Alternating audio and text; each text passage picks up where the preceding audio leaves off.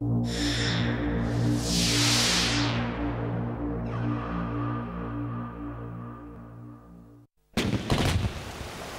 batalla que liberó a Gran Bretaña de la amenaza de invasión por parte de los ejércitos de Napoleón Bonaparte no tuvo lugar en tierra, sino en el mar. En un choque brutal y sangriento, no lejos del puerto español de Cádiz, la flota franco-española del almirante Villeneuve quedó totalmente cercada por barcos británicos dirigidos por el almirante Lord Nelson, el mayor héroe naval de la nación. La batalla naval más famosa de la historia se libró un tranquilo día de octubre de 1805 en Trafalgar.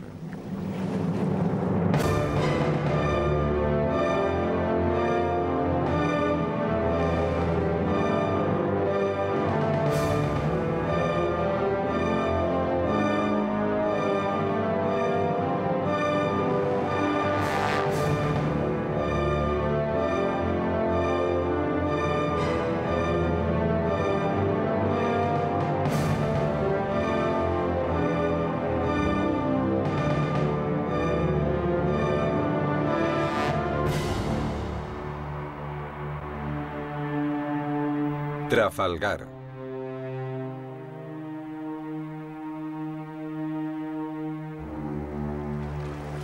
El Tratado de Amiens, firmado el 25 de marzo de 1802, otorgó a Gran Bretaña y a Francia una paz frágil que duró poco más de un año. Napoleón detestaba a los británicos, cuya victoria en la batalla del Nilo en 1801 había echado por tierra sus planes para Oriente Medio. Además, el tratado fue apenas un intervalo entre guerras, durante el cual el emperador reconstruyó su armada y urdió minuciosos planes para invadir Inglaterra. Cuando las hostilidades entre los dos países volvieron a comenzar en 1803, Napoleón había construido ya una impresionante armada, por lo que el temor británico a una invasión francesa crecía día a día. El clamor público británico para que se diese una respuesta tangible al renovado militarismo francés hizo que las defensas terrestres del país fueran mejoradas significativamente, y Gran Bretaña, al igual que la Francia de Napoleón, también empezó entonces a reforzar su armada. En 1803 se unieron a ella otros 20.000 hombres, muchos de ellos reclutados obligatoriamente en la marina mercante, y en un frenesí constructor se botaron 80 nuevos barcos de guerra en un período de apenas 12 meses. Aunque no se hubiera producido este rápido aumento de su flota, a principios del siglo XIX Gran Bretaña ya poseía la armada más profesional del mundo, formada por marinos experimentados y disciplinados, ejercitados por un entrenamiento de primer orden que los convertía en una formidable fuerza de combate. Hay varias maneras de juzgar la eficacia de una armada. Y creo que deberíamos empezar por echar un vistazo a los oficiales. Los oficiales de la Marina Real se conocían entre ellos desde hacía mucho tiempo. En realidad, habían empezado juntos como aspirantes a oficiales a los 10, 11 o 12 años de edad. Y cuando se convertían en capitanes, llevaban ya unos 30 años en el mar. Eso quería decir que había un cuerpo de oficiales con una gran experiencia como marinos y mucha habilidad con la artillería. Los franceses, por el contrario, acababan de pasar por una revolución y casi todos sus aristócratas habían sido guillotinados. Y la Marina Real Francesa anterior a la revolución había sido una organización muy aristocrática. Todos los que tenían alguna vinculación con la nobleza habían huido del país para evitar ser guillotinados o sufrir cualquier otro de los castigos a los que se sometía a los representantes del antiguo régimen, como se denominaba. El almirante Villeneuve, como sus oficiales superiores, pertenecían al segundo o incluso al tercer nivel de comandantes navales franceses. Y esto, que en lo más alto de la jerarquía no era bueno, se repetía en todos los estratos hasta el más bajo. Las tácticas navales bélicas británicas y francesas eran muy distintas. Las francesas durante la batalla solían ser defensivas, para limitar el daño que se pudiera infligir a sus barcos e incrementar sus posibilidades de huida, en lugar de luchar por una victoria decisiva. Cuando los franceses se dieron cuenta de que no podían medirse en combate con la Marina Real, decidieron intentar inmovilizar a los barcos británicos. En el momento del ataque, un artillero francés disparaba mientras el barco se aproximaba, lo que significaba que dicho artillero disparaba contra las jarcias enemigas. Por lo tanto, los franceses siempre disparaban para evitar el movimiento de sus enemigos, mientras que los británicos disparaban a los cascos de los barcos enemigos para intentar hundirlos. La Marina Real había conservado la tradición de utilizar armas que fueran principalmente asesinas de barcos. Y estas llegaron a su apogeo con el Carinaun, un arma que parecía un enorme mortero. Estas armas se fabricaban en la ciudad escocesa de Carin, por eso se llamaban Carinaun. En la Marina Real también se las conocía como aplastadoras, y los franceses las llamaban armas del diablo por los daños que podían infligir. Se disparaban a poca distancia de los barcos enemigos. Y disparaban proyectiles de 30 kilos.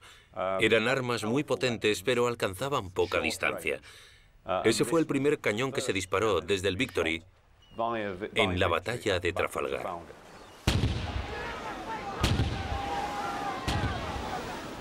De las variadas tácticas que se utilizaban para causar daños en los barcos enemigos y matar a los que iban a bordo, barrer un barco era la más efectiva. Para conseguirlo, un buque debía pasar junto a la popa de su oponente, desde donde podía lanzar los proyectiles de sus cañones de popa a proa. Eso permitía concentrar la potencia de todo el lado contra la zona más débil del barco enemigo. Así evitaban que el enemigo maximizara su potencia de fuego mientras se maximizaba la propia. Cualquier objetivo del barco que se pudiera alcanzar, se alcanzaba. Si estás disparando a través de la popa del barco, puedes darle a cualquier parte del barco. Puedes darle a los 3 mástiles si lo deseas. Cuando no era posible llevar a cabo las complicadas maniobras que se necesitaban para barrer un barco durante el fragor de la batalla, los buques luchaban costado con costado, con las bordas casi tocándose y los cañones disparando a bocajarro contra el enemigo. El combate costado con costado, que se había convertido en la manera más común de atacar un barco enemigo, había evolucionado desde el siglo XVI. Principalmente lo que se solía hacer era ponerse en paralelo al navío adversario y disparar con los cañones. La desventaja de luchar costado con costado era que se tardaba mucho tiempo en tener algún efecto sobre el buque atacado. Era totalmente increíble la cantidad de impactos que un barco de 3 gruesas cubiertas de madera de teca y un casco fabricado también con teca podía llegar a soportar. Cuando Nelson escribió en su famoso memorándum antes de la batalla de Trafalgar que ningún capitán puede equivocarse mucho si coloca su buque junto al del enemigo, hablaba por experiencia. Había visto los efectos de un ataque costado con costado lanzado contra el interior estrecho de las cubiertas de armas de un buque de guerra. El efecto del fuego disparado desde otros buques al costado de un barco lo que producía era romper la madera del lugar del impacto en enormes y peligrosas astillas que volaban en todas direcciones por las cubiertas de armas inferiores, causando un caos absoluto y graves heridas a los hombres. A menudo provocaban la muerte, pero más frecuentemente infligían importantes mutilaciones. Los artilleros ingleses eran más rápidos en la tarea de cargar sus armas que los de la Marina francesa, principalmente por su nivel de formación. Además, tenían mejor puntería que sus homólogos franceses. Todos los cañones se cargaban por su boca, pero los artilleros disponían de diferentes tipos de munición, según el objetivo que intentaran alcanzar. Los proyectiles redondos y sólidos se disparaban para causar daños estructurales. Los proyectiles de barra, que eran 2 balas de cañón unidas por una barra de acero, se lanzaban girando por el aire para atacar los mástiles. Igualmente existía el proyectil de cadena, que era una bala de cañón partida en 2 mitades, unidas por una cadena que cuando se disparaba daba vueltas por el aire para alcanzar las velas y las jarcias. Y finalmente estaba lo que se llamaba proyectil de racimo, que era un paquete formado por 9 balas de cañón de 1 kilo, envueltas juntas con lonas y cuerdas. Esta era como un arma antipersona porque cuando se disparaba, la lona y las cuerdas se quemaban y entonces se liberaban las pequeñas balas que barrían la cubierta del enemigo. Normalmente este tipo de arma se disparaba contra grupos de abordaje en las cubiertas enemigas. Los británicos eran unos enemigos particularmente temibles cuando abordaban un barco. En una famosa ocasión, los 50 hombres que formaban la tripulación del Speedy consiguieron dominar y vencer a los más de 300 marineros de un navío francés. Más frecuentemente, sin embargo, Los barcos izaban bandera blanca y se rendían antes de que el combate cuerpo a cuerpo tuviera lugar. El combate cuerpo a cuerpo durante las acciones de abordaje, por ejemplo, era brutal. Y en estas luchas cuerpo a cuerpo se usaba lo que fuese para infligir heridas al enemigo, ya fuera una daga, un hacha, un mosquete, una bayoneta, lucios de abordaje, palos o trozos de madera. Cualquier cosa que se pudiese empuñar o con la que se pudiese golpear a otro hombre se utilizaba para intentar hacerse con el control del barco enemigo.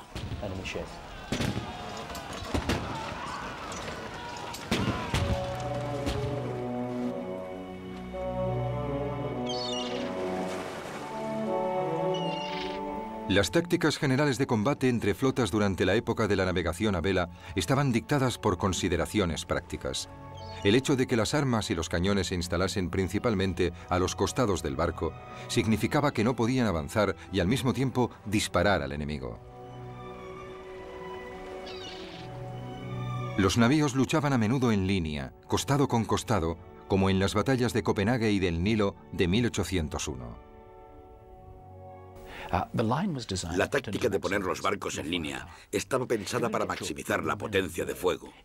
Si ponías tus buques en una línea continua, todos ellos podían tener sus costados dirigidos hacia el barco que se acercaba.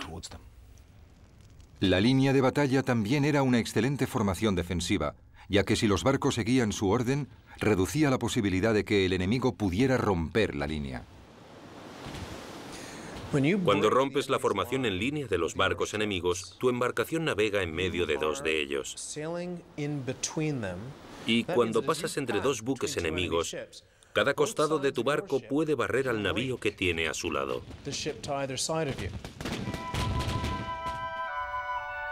Desde 1803, Napoleón había estado reuniendo a sus ejércitos en Boulogne, esperando el momento adecuado para atacar Inglaterra. Pero habían transcurrido ya 2 años y la ocasión aún no había llegado, por lo que los campamentos se habían convertido en poblados semipermanentes.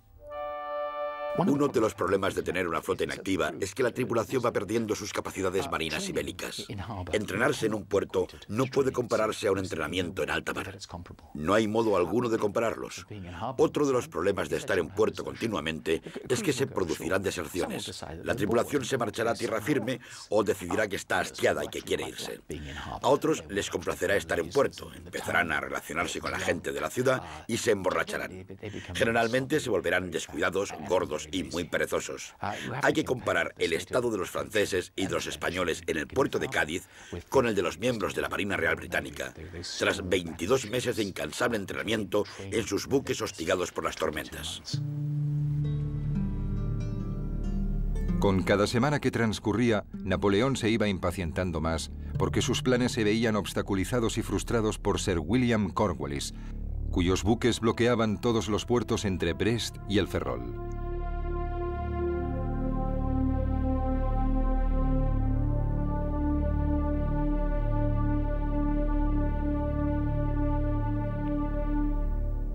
Y también por Cuthbert Collingwood, que hacía lo mismo en el puerto de Cádiz.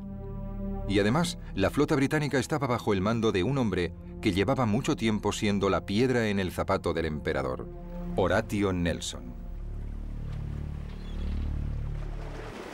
Horatio Nelson era, sin la menor duda, el mayor héroe que habían dado las islas británicas durante las largas y difíciles guerras napoleónicas. Quizá su mejor cualidad fuera la manera en que inspiraba a todo el mundo, desde sus vicealmirantes y sus capitanes a los marineros rasos y soldados, haciéndoles sentir que formaban parte de una hermandad muy exclusiva. Velaba por sus hombres, así que estos tenían muy buen concepto de él. Los subordinados de Nelson le adoraban. Y una de las cosas más sorprendentes sobre este almirante es que sus subordinados temían decepcionarle. No querían hacer nada que provocara en él una mala opinión sobre ellos. Y esa clase de lealtad solo se consigue mediante un liderazgo impresionante.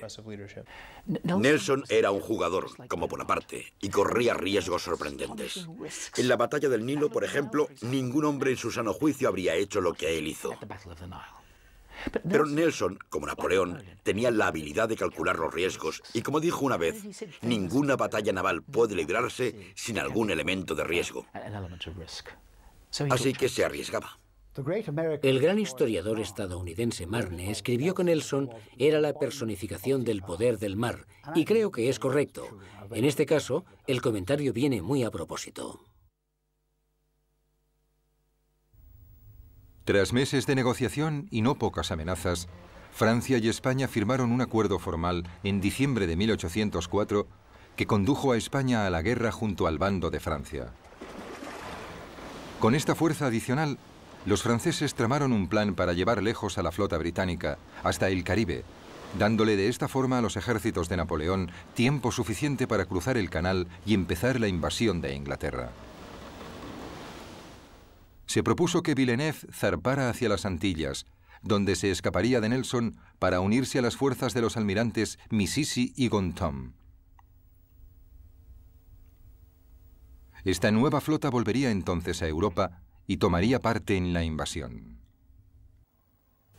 En cuanto se examina el plan de distracción de las Antillas, se nota que no está diseñado por un marino. Era un plan de Napoleón. Un plan diseñado por alguien que en realidad calculaba el ritmo de marcha de un ejército.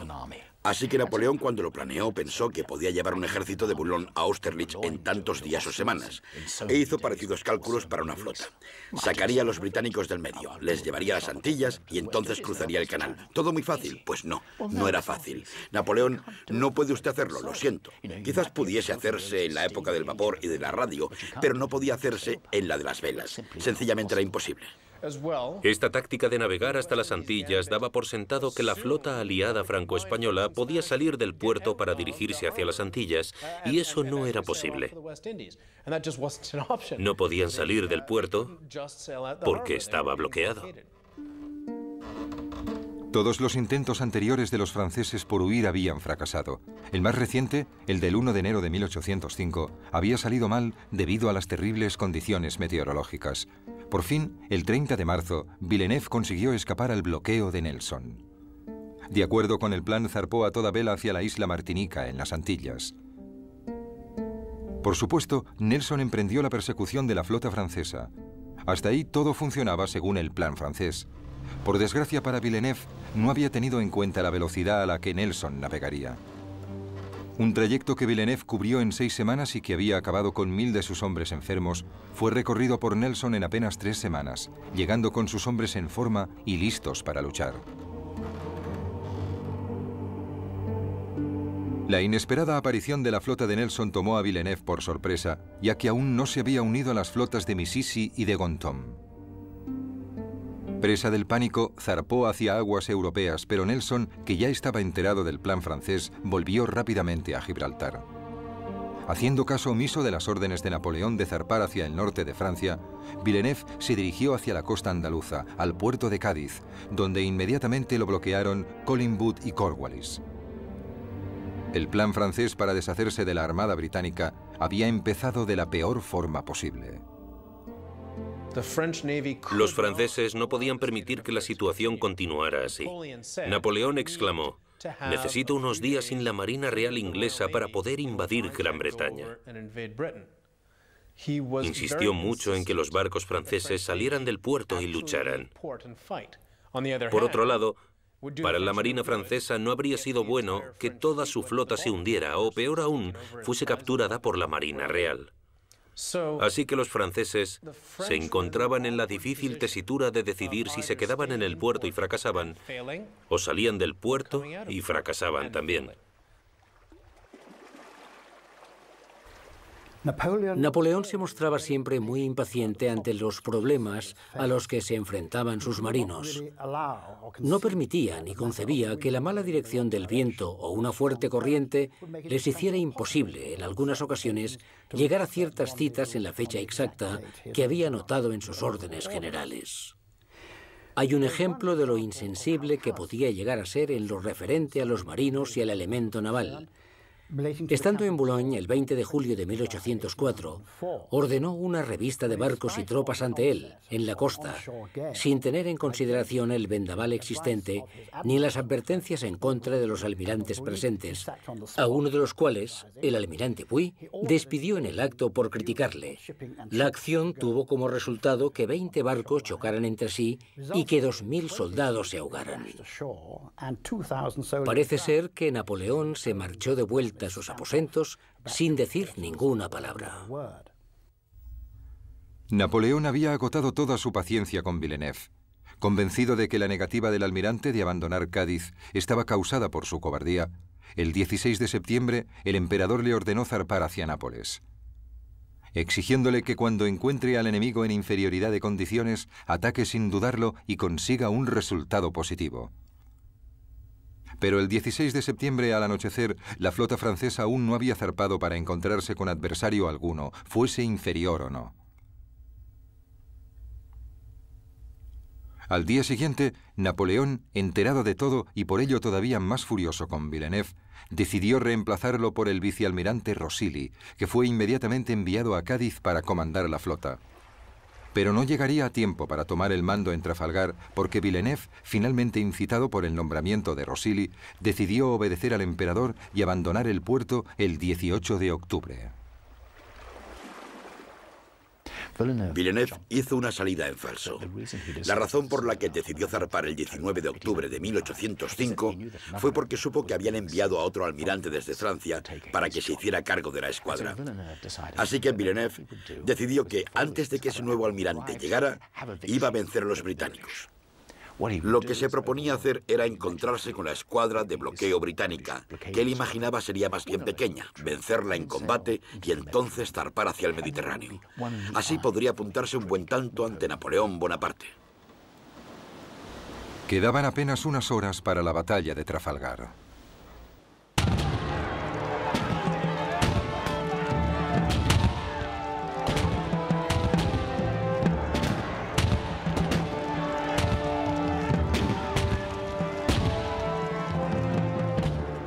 Nelson se dio cuenta de que habría un gran número de barcos importantes en cada flota y decidió que para ganar con claridad y para hacerlo antes de que terminara el día, tenía que proceder de forma totalmente diferente a cuanto se consideraba normal en esa época. Y se le ocurrió la táctica de atacar perpendicularmente la línea de la flota franco-española. Nelson organizó a su flota en dos columnas y se dispuso a dirigirse directamente hacia la línea franco-española. Esto iba en contra de los procedimientos bélicos convencionales. Significaba que durante un tiempo las dos columnas británicas estarían totalmente expuestas a las andanadas de la flota enemiga. Pero también significaba que, si sobrevivían a ello, podrían romper la línea aliada. Iban directos hacia la línea de la escuadra aliada. Así que a la izquierda, Nelson atacó la línea de batalla justo en el medio. Collingwood la atacó por la derecha y la mitad de la línea francesa siguió adelante alejándose de la batalla. Y mientras esa mitad de la flota aliada intentaba virar y volver, maniobra muy difícil de realizar con un barco de vela, Nelson y Collingwood estarían castigando y destruyendo al resto de la flota francesa. A las 6 de la mañana del 21 de octubre de 1805, la flota británica formó en dos columnas, según lo planeado. La primera columna de 15 barcos estaba dirigida por Collingwood a bordo del Royal Sovereign, y la segunda, con 12 barcos, estaba dirigida por Nelson a bordo del Victory. Mientras navegaban hacia la flota aliada, Nelson hizo la señal de preparados para la lucha, y los hombres de la flota británica se dispusieron a librar batalla. Se guardaron los muebles y todos los objetos innecesarios fueron lanzados por la borda. Se sacaron las armas pequeñas, se apagó el horno de la galera y se cubrieron las cubiertas de arena. A las 8 de la mañana, Villeneuve emitió una orden que asombró a los oficiales y marineros de ambas flotas. Quiso que los barcos alterasen su rumbo y volviesen hacia Cádiz. Confusos y ya muy desmoralizados, los hombres de la flota aliada empezaron a hacer virar sus barcos, pero lo hacían despacio y de forma desigual. Y a cada minuto que pasaba, los barcos de Nelson se acercaban cada vez más.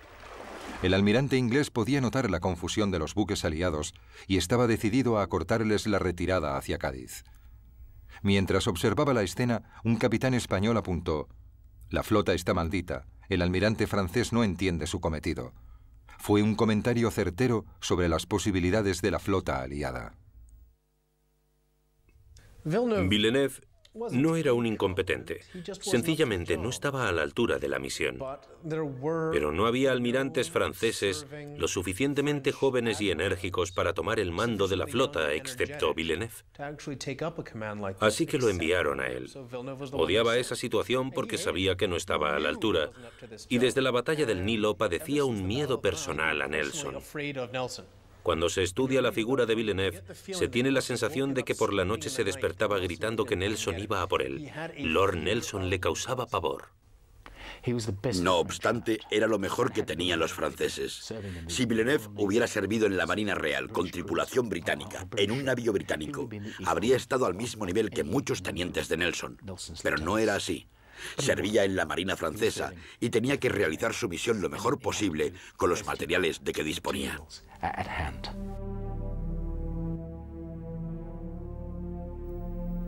Las dos columnas británicas continuaron acercándose a la frágil línea aliada. Nelson se dirigió al centro y Collingwood a la retaguardia. Incluso entonces, la astuta mente táctica de Nelson buscaba la forma de ganar ventaja sobre su enemigo. Les atacaré inmediatamente, si puedo, a un tercio del barco de cabeza. Creo que eso sorprenderá y confundirá al enemigo. Nos llevará a una batalla desordenada, y eso es lo que quiero. Situó al Victory donde quería. El Victory era su buque insignia, así que decidió que sería el que dirigiera su columna, y por ello sería el que se encontraría en la posición más difícil, más precaria y más vulnerable al ataque de la línea aliada. Mientras se aproximaban, el capitán Hardy, el capitán del Victory, le preguntó a Nelson: «¿Por dónde quiere que cruce, señor?». A lo que Nelson respondió: «No me importa, apunte al barco más cercano». A las 11:25, Nelson dio la famosa señal: «Inglaterra espera que cada hombre cumplirá con su deber», que fue recibida con vítores desde los navíos británicos. Parece que esa indicación debía causar una gran emoción en toda la flota, y en algunos barcos así fue, siendo recibida con vítores. Pero en el Royal Sovereign, el comandante Collingwood, el segundo al mando de Nelson, se molestó mucho. Y parece ser que al leerla dijo: «Ojalá Nelson dejara de enviar esas indicaciones. Sabemos perfectamente lo que tenemos que hacer». A las 12:20, Nelson dio la señal final que decía: «Pretendo forzar o atravesar la línea enemiga para evitar que vuelvan a Cádiz». Los hombres del Redoutable entendieron lo que pretendía el almirante y cerraron el espacio que quedaba entre este barco y el Bucentaure, negándole al Victory el espacio que necesitaba para pasar entre los dos navíos franceses. El Victory quedó bajo el fuego de los costados del Redoutable y del Santísima Trinidad. Y como no había llegado aún a la línea, no les pudo devolver los disparos. El Victory sufrió graves daños. La mayor parte del trinquete desapareció y la mitad del mástil principal quedó destrozado, así que el Victory perdió gran parte de su capacidad de navegación. Mientras tanto, al sudeste de Nelson y del Victory, el Royal Sovereign de Collingwood se convirtió en el primer buque británico en llegar a las líneas enemigas. A pesar de estar expuesto al fuego adversario, atacó al buque insignia español, el Santa Ana, que entonces era el mayor buque de guerra del mundo.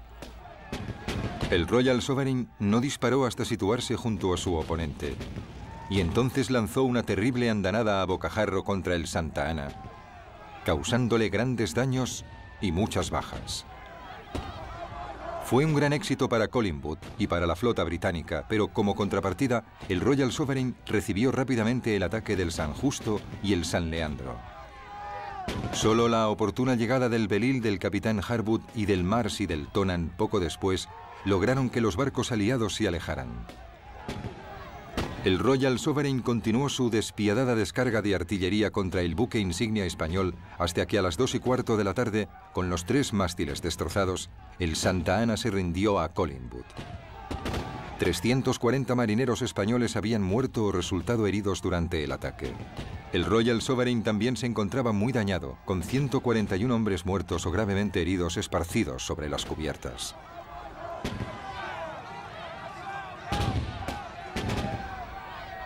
El día de la batalla, el viento era apenas una brisa, lo que significaba que las flotas enemigas solo podían dejarse llevar lentamente la una hacia la otra. Esta falta de viento tuvo un importante efecto en la forma en que se libró la batalla de Trafalgar. Primero estaba la columna de Collingwood, a la derecha, que había entrado en acción y estaba en plena lucha 1 hora antes de que Nelson, en la columna de la izquierda, hubiera empezado a combatir. En realidad, se dejaban llevar por el suave viento hacia la flota enemiga, con escasas posibilidades de controlar su velocidad y su avance.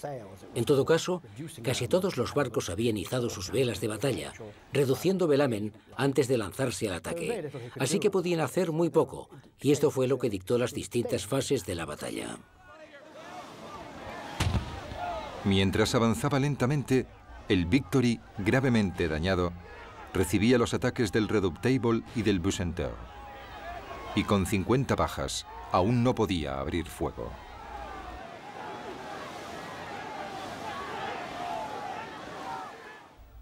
Finalmente, a la 1 de la tarde, el Victory rompió la línea aliada y se colocó en posición para barrer al Bucentaure.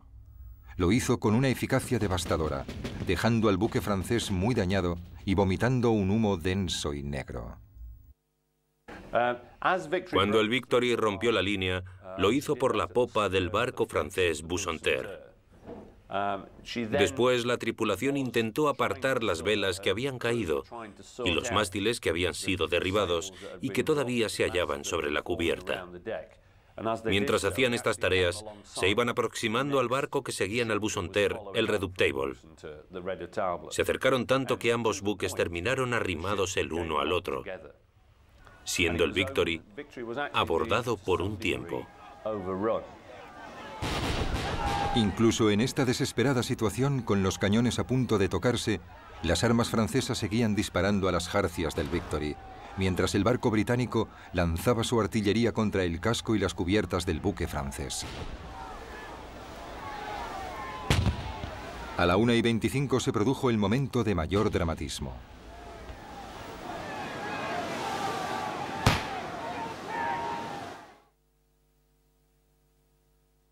Cuando el fuego enemigo alcanzó a Nelson, este iba y venía nerviosamente por el castillo de popa junto a Hardy. No había mucho más que pudiera hacer. Tenía que dejar que los hombres le vieran para mantener alto su espíritu combativo. Nelson no usaba la chaqueta de su uniforme.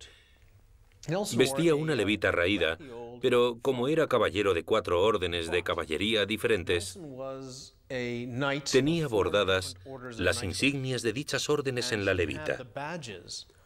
Era un objetivo claro, pues aunque no llevara su uniforme de almirante, portaba una chaqueta que cualquiera podía distinguir. Nelson se hallaba cerca del hueco de la escotilla, y mientras estaba encarado hacia la popa, una bala venida del Redoutable le alcanzó de lleno. Le entró por el hombro, le atravesó el torso y se le incrustó en la columna vertebral. Al levantarlo del suelo, Nelson le dijo a Hardy: «Al fin han acabado conmigo, Hardy. Me han roto la columna». Inmediatamente sacaron a Nelson de la cubierta. Le llevaron, herido de muerte, a la cabina del Victory, que estaba llena de marineros muertos o moribundos, en una escena que Alexander Scott, el capellán del barco, compararía más tarde con el caos de una carnicería. En medio de esa pesadilla de miembros amputados y cuerpos destrozados, el almirante Nelson yacía moribundo. A los marineros y oficiales heridos en un buque de guerra se les atendía bajo las cubiertas en la cabina del piloto. Los cirujanos trabajaban allí abajo. Era una escena horrible. Allí llevaron a Lord Nelson. Los marineros lo llevaron en brazos hasta la cabina, pero cuando el cirujano le dijo: Intentaré salvarle, señor. Nelson le respondió, no pierda el tiempo conmigo, voy a morir. Noto que tengo la columna partida. Noté cómo la bala me rompía la espalda. Nelson dijo que sentía que sangraba cada vez que respiraba. Y repitió que estaba acabado. No se moleste por mí. Vaya a atender a los hombres que pueda salvar. A las 2 de la tarde, el Redoutable se rindió finalmente izando la bandera blanca. Atacado por el Victory a babor y por el Temerein a estribor, tanto su valiente capitán, Jean-Jacques Lucas, como su tripulación habían luchado con coraje. El Redoutable había empezado la batalla con 643 oficiales y tripulantes. Cuando el malherido Lucas entregó su espada para rendirse, no sabía que 487 de ellos habían muerto y que otros 81 sufrían heridas mortales. Solo 75 hombres estaban lo bastante bien como para poder tripular el barco. A los británicos no todo les estaba saliendo bien. Era evidente que el Victory estaba prácticamente destruido. A todos los efectos, a las 3 de la tarde, era solo un bulto flotando, debido a la potencia del ataque del Redoutable. El Royal Sovereign de Collingwood era el que había sufrido los peores ataques. Había sido rodeado por 5 barcos franceses y españoles que lo habían destrozado. Pero los barcos aliados también se habían causado tantos daños entre ellos como los que le habían infligido al Royal Sovereign. A las 2 menos cuarto, Villeneuve le había hecho señas al Formidable en la vanguardia aliada, transmitiéndole la orden desesperada de que fuera a ayudar al resto de la flota. Pero el almirante Dumanoir, al mando del Formidable y a la cabeza de unos 10 barcos de su división que no habían sido atacados, hizo caso omiso del mensaje del almirante francés. El comportamiento de Dumanoir es uno de los grandes imponderables de ese día. ¿Qué estaba haciendo? ¿Por qué no viró más rápidamente? ¿Era un cobarde? ¿O había otra razón que lo motivaba? No puedo creer que fuera un cobarde, y no creo que los historiadores en general piensen que a Dumanoir le faltara arrojo para luchar. Dumanoir odiaba a Villeneuve. Existía un gran conflicto entre ellos. Eran rivales desde hacía años y Dumanoir sabía perfectamente lo que intentaba hacer Villeneuve con el Victory para ascender de categoría y continuar con su oposición a Napoleón Bonaparte. Sabía que habían enviado a otro oficial para comandar la flota franco-española y que Villeneuve se había lanzado a la batalla solo para escalar profesionalmente. Hasta las 2:30 de la tarde no viró para acercarse al combate, pero en ese momento ya solo quedaban 5 barcos aliados. El Rayo, el Francisco de Asís y el Eros, que se dirigían rumbo al norte, alejándose de la batalla tanto como podían, mientras que el San Agustín y el Intrepid habían tomado por propia iniciativa la decisión de dirigirse hacia la batalla. Dumanoir apenas tenía viento para virar rápidamente. Cuando finalmente logró hacerlo, seguía sin haber suficiente viento para lograr acercarse con rapidez al escenario de la batalla. Así que se desplazaba lentamente porque, como se trataba de barcos de vela, sin viento no avanzaban. Solo soplaba una suave brisa y Dumanoir tenía que dirigirse tan raudo como fuera posible hacia la batalla. Pero no podía hacerlo. La reducida división de Dumanoir llegó finalmente 3 horas después de que hubiera empezado la lucha, y no lo hizo con facilidad. El Mont Blanc y el Intrepid consiguieron navegar el uno hacia el otro, mientras que el Neptuno fue atacado por el Minotaur y por el Spearhead, que le disparó hasta que se rindió a las 5:10. A las 3 de la tarde, Dumanoir atacaba al Spearhead y al Minotaur, produciéndose un auténtico caos.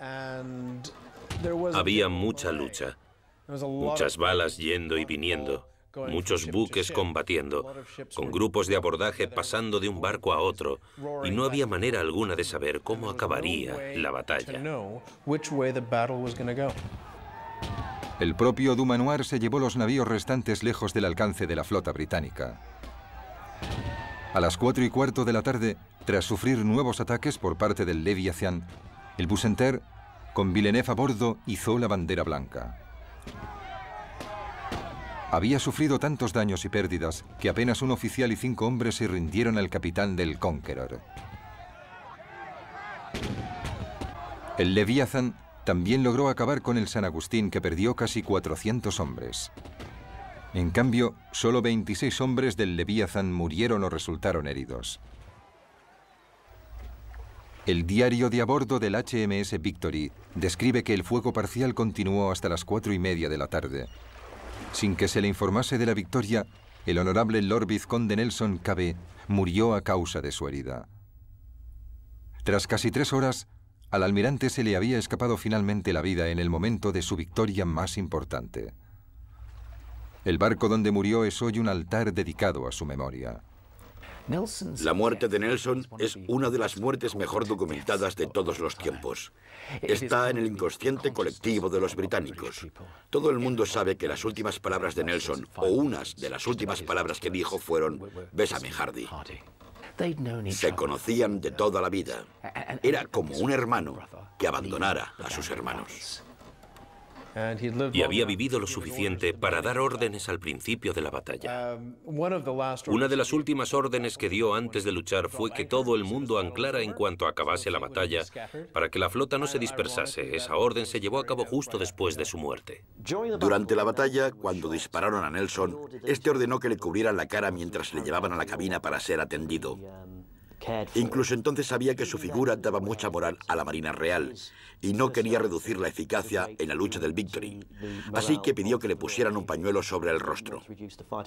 Cuando Nelson murió y las tripulaciones inglesas empezaron a conocer la noticia, primero en el Victory, después en el resto de los barcos, y por supuesto, al llegar finalmente la noticia a Inglaterra, no se pueden imaginar el golpe que supuso para todos ellos, porque realmente pensaban que era un ser invencible y que les conduciría a victorias aún mayores.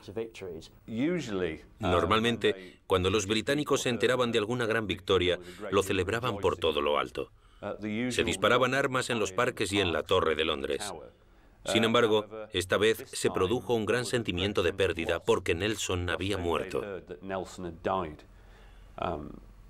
No fue una celebración alegre.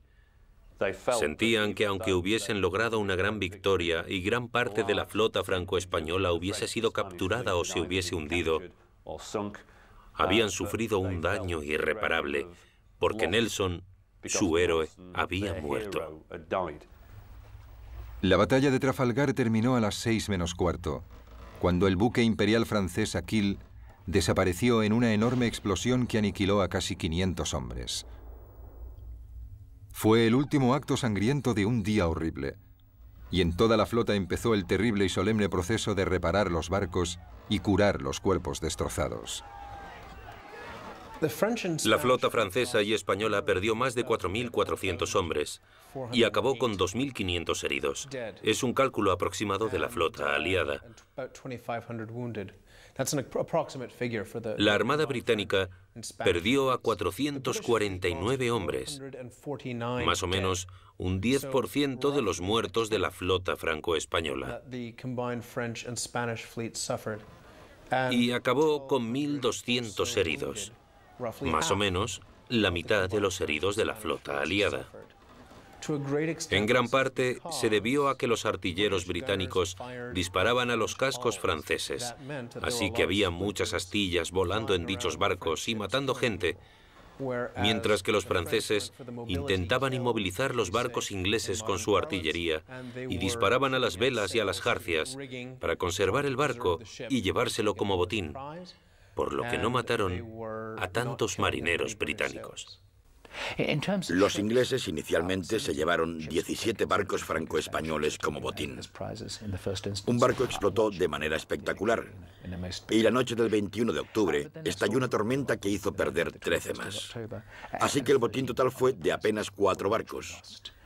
De los 27 buques británicos que habían entrado en combate, casi la mitad estaban fuera de servicio la noche del 21 de octubre. Así que no fue una victoria fácil. Los franceses y los españoles habían luchado muy duro y habían causado grandes daños en los barcos de la Marina Real. Después de Trafalgar, el Victory quedó seriamente dañado. Lo repararon y continuó en activo hasta 1812. Durante el periodo comprendido entre 1808 y 1812, lo comandó el almirante Simérez en el Báltico. Después volvió a Portsmouth, donde estuvo anclado como buque insignia del puerto hasta 1921, cuando lo retiraron al dique seco, donde todavía sigue. Sin embargo, igual que entonces, sigue siendo, y ojalá así sea para siempre, un barco al servicio de la Marina Real. Actualmente es el barco en servicio más antiguo del mundo, como indica la bandera de la insignia blanca, y tiene asignada tripulación de la Marina Real a bordo. Si el resultado de la batalla de Trafalgar fue decisivo desde el punto de vista estratégico, sus efectos sobre vencedores y vencidos fueron también profundos. Convirtió a Gran Bretaña en la mayor fuerza naval del mundo durante más de un siglo, y a Nelson en una leyenda. Conservado en Alcoll, su cuerpo fue devuelto a Inglaterra, donde recibió funerales de Estado. Villeneuve, capturado, fue repatriado un año después, suicidándose en circunstancias sospechosas al poco de regresar a su país. Muchos afirmaron que la batalla de Trafalgar había salvado a Gran Bretaña del inminente peligro de invasión. De hecho, no fue así. Napoleón había cancelado todos los preparativos para la invasión al saber que el almirante Villeneuve había entrado en Cádiz unos días antes. Y el día de la batalla de Trafalgar se hallaba en Alemania, involucrado en plena campaña de Somme. Así que no salvó a Inglaterra de una invasión inmediata. Otros historiadores han señalado que Trafalgar no detuvo el programa de construcción de buques franceses y que en 1814 la marina francesa era mucho más poderosa de lo que había sido en 1805 y que empezaba a equipararse en fuerza con la Marina Real.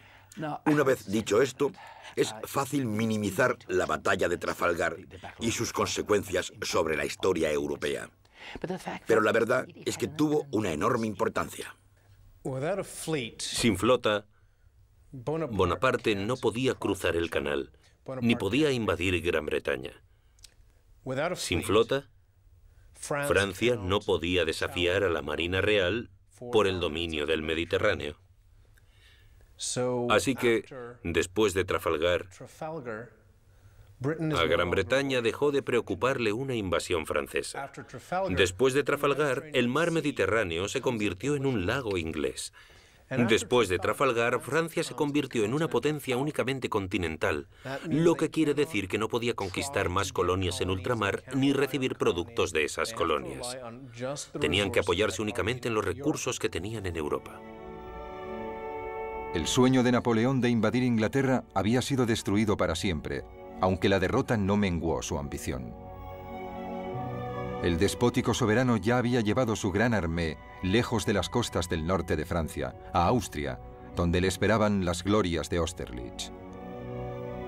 El desgraciado Villeneuve, que tras la batalla de Trafalgar observó que tanto coraje merecía un destino mejor, fue el que mejor resumió la apremiante situación de la armada de Napoleón, que había recibido tan brutal golpe.